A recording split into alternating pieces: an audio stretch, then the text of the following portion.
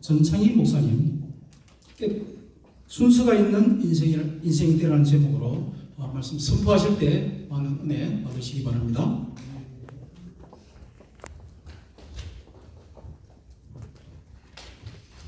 샬롬.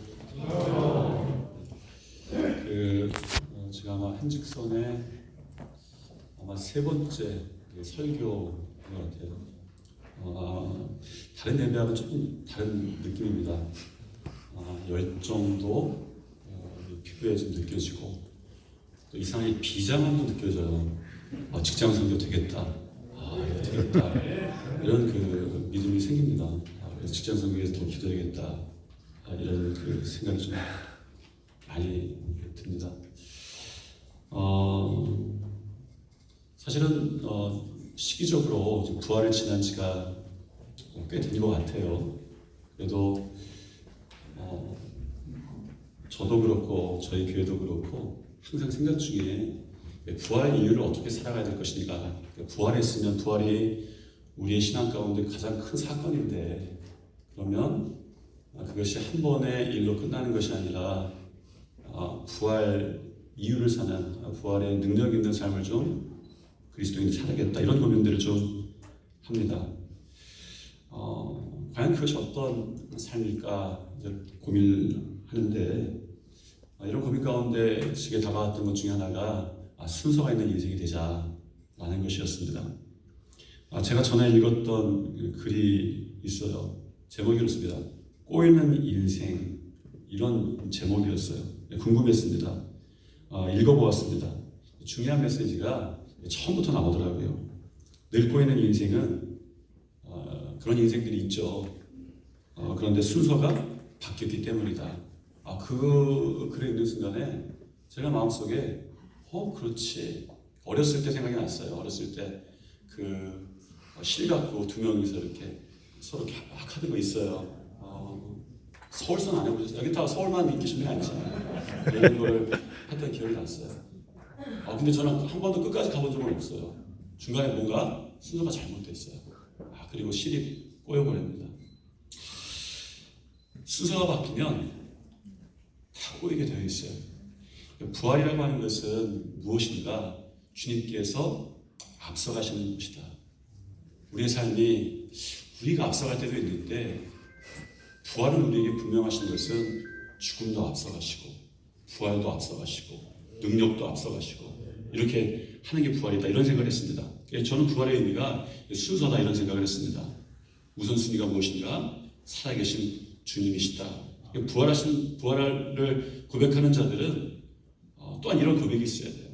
우리 앞에 주님께서 앞서가신다. 원래 사람은 이제 죽음이 우선입니다. 죽인다 그러면 꼼짝 못하죠. 많은 사람들이 십자가 앞에서 인생이 꼬였네 하고 돌아갔습니다. 주님이 부활하셨습니다. 고백이 새로워졌어요. 사망의 음침한 골짜기를 지날지라도 해를 두려워하지 않겠습니다. 이런 고백이 나오기 시작했어요. 이제 주님의 지팡이가 나를 안위하시고 앞서가십니다. 이런 고백도 나오기 시작했습니다.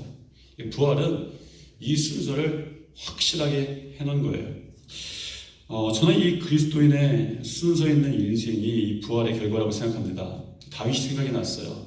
여러 가지 일이 있었습니다. 다윗에게 일어났던 일이죠. 그런데 누구나 다 다윗에 대해서 이야기하는 건 똑같습니다. 다윗의 인생을 평가한다면 성공적인 인생이다 라는 것이죠. 제가 알기로 이스라엘의 국기가 있는데 그 안에 별이 그려져 있어요. 별의 이름을 다윗의 별이라고 이름 짓습니다. 그의 인생을 보면서 지금 이스라엘 나라도 배우고 싶어하고 사람도 배우고 싶어할 정도로 괜찮은 인생, 성공적인 인생이었습니다. 그런데 다윗의 고백이 참 특별하다는 생각을 갑자기 하게 됐어요. 시편 23편을 보면서 늘 꼬이는 인생은 이렇게 말합니다. 내게 부족함이 없게 하시니 하나님은 나의 목자십니다. 나를 만족시키시니 하나님은 나의 목자십니다. 그런데 다윗은 이게 반대예요. 이 순서가 거꾸로입니다. 여호와는 나의 목자시니 내게 부족함이 없습니다. 다윗이 지었던 시편을 보면 그렇습니다. 하나님께서 나를 만족시켜 주시니 하나님이 나의 하나님입니다 고백하지 않고 하나님이 함께 하십니다. 그러니 내가 부족함이 없습니다. 이런 고백들이 있어요. 뭐 예를 들면 시편 27편에도 여호와는 나의 빛이요 나의 구원이시니 내가 누구를 두려워하리요. 여호와는 내 생명의 능력이시니 내가 누구를 무서워하리요. 두려울 때 하나님은 나의 빛, 나의 구원, 내 생명의 능력이십니다. 이런 게 아닙니다. 하나님은 원래부터 나의 빛, 나의 구원, 내 생명의 능력이십니다. 그래서 그가 두렵지 않았던 이유였습니다. 시편 23편에 우리가 읽다 보면 너무 익숙한 성경이죠. 그런데 조금 처음부터 아주 너무 귀한 구절이 나오는데 제일 소외되는 구절이 6절 같습니다.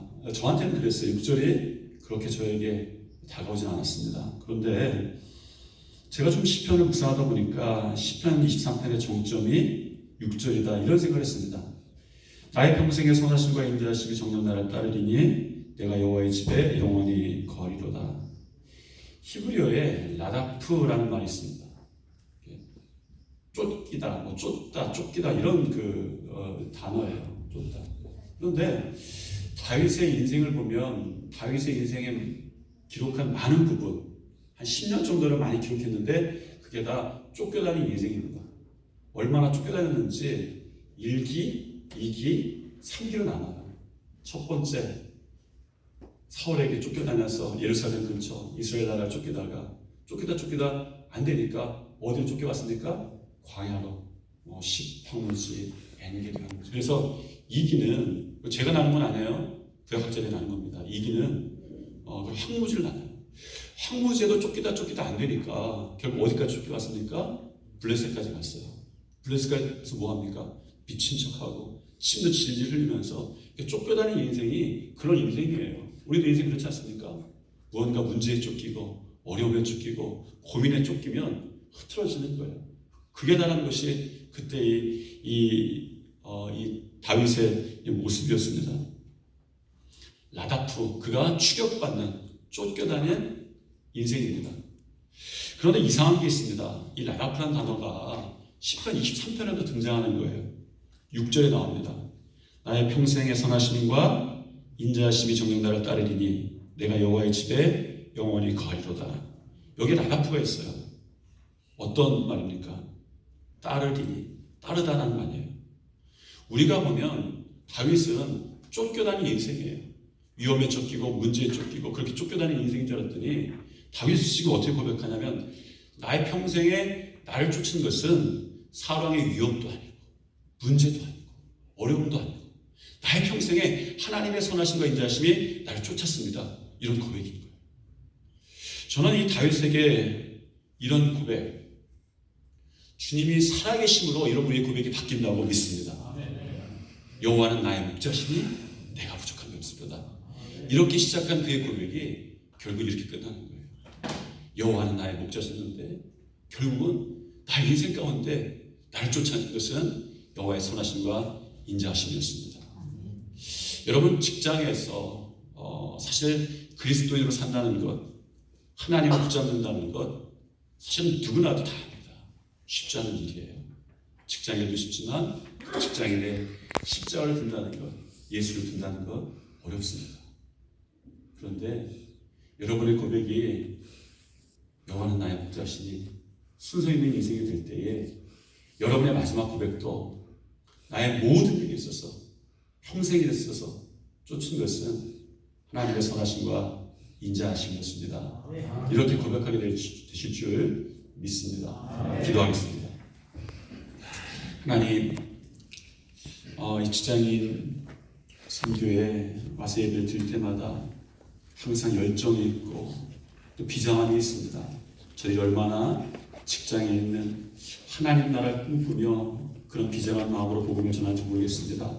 주여, 우리의 능력이 아니라 하나님의 선하심과 인자하심이 저들 가운데 임하여 주셔서 하나님 나라가 저들의 각각의 직장 가운데에 임하시고 이루어지게 도와 주시옵소서. 예수님 이름으로 기도드립니다. 아멘. 귀한 말씀 감사드립니다. 이어서 인천직장 선교연합회 총무로 수고하시는 이상규 한수 집사님 기도해 주시겠습니다.